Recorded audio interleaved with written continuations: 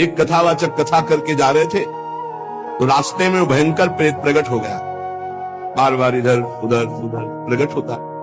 कई बार घटना ऐसी देखी है, आंखों देखी है, वो तभी समझ में आता प्रेत है जब कभी इधर, कभी सामने, कभी पीछे, कभी आगे। अब वो तो एक पूर्व के समय में था, तो एक हाथ में लालटेन थी संध्या के समय, एक हाथ में पोथी थी भागवत की, वो छू सकता नहीं था, बार बार भयावह रूप रखता।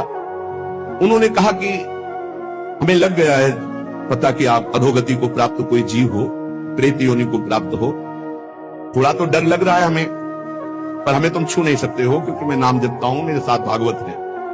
प्रेत ने आए समीप आकर कहा कि डर नहीं लग रहा तो अब मैं तुमसे बात करता हूं, मैं तुम्हें तंग करने नहीं आया। और रोने लगा, मैं अपना उद्धार कराने आया हूं। तुम पिता के समान हो, जो नाम जप करता है, भगवत चर्चा करता है, वो सारे चराचर को पुत्र के समान प्यार करता है। मैं भी तो आपका पुत्र हूं, मैं दुर्गति को प्राप्त हो गया हूं। आज तक मुझे ऐसा कोई दिखाई नहीं दिया जिससे मेरा कल्याण होता, आज आप दिखाई दिए जिससे मेरा कल्याण होगा।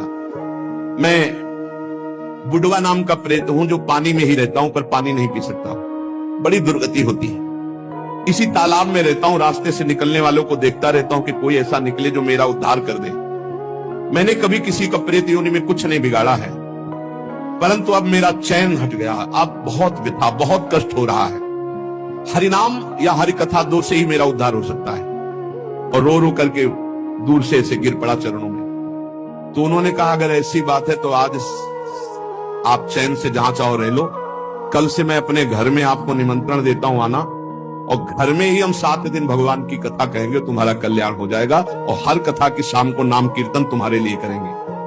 पंडित जी ने उसके प्रारब्ध को नष्ट कर दिया। 7 दिन की कथा, 7 दिन का नाम कीर्तन, वो बुढ़वा प्रेत भगवान के धाम को गया। भगवान का नाम और भगवान की कथा ही नारकी योनियों से बचा सकती है। इसलिए सबसे प्रार्थना है, जितना बने राम कृष्ण हरि जपो, राधा राधा जपो। जहां कहीं भगवान की कथा सुनने को मिले विशुद्ध, वहां कथा सुनो। अगर बन जाए तो दूसरे का हित करना, कभी पाप मत करना, क्योंकि ये पाप निश्चित भोगना पड़ता है, बड़े बड़ों को भोगना पड़ता है।